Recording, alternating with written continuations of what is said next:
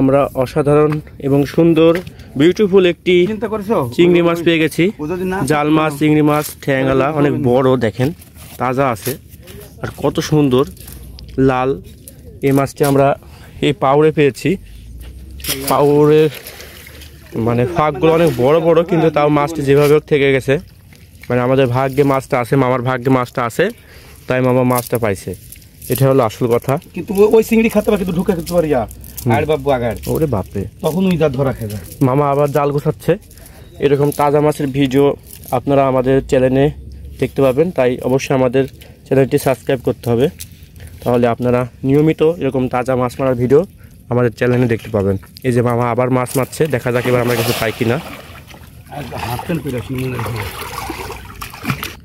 মামা জাল তুলছে, দেখা যাক আমরা কি মাছ পাই এবার। জাল উঠছে আস্তে আস্তে। কালকের মাছ দেখি লোক সব যাবে, যা কাম নাই আমার জালার ওইসব জাল। এবার আমরা একটা পাইছি আলহামদুলিল্লাহ। আবার একটা মাছের দেখা, খুবই সুন্দর। ধুই নেবেন, একটু ধরবেন, ধুই নেবেন। দেখতে পাচ্ছেন শাহরিয়ার ফেলা নিবে নাকি? ওই ফেলা নিবে, এটি ফেলা নিবে। খুবই সুন্দর মাছটাকে আমরা ধুয়ে ফেলবো এখন। ফেলা দিয়ে না?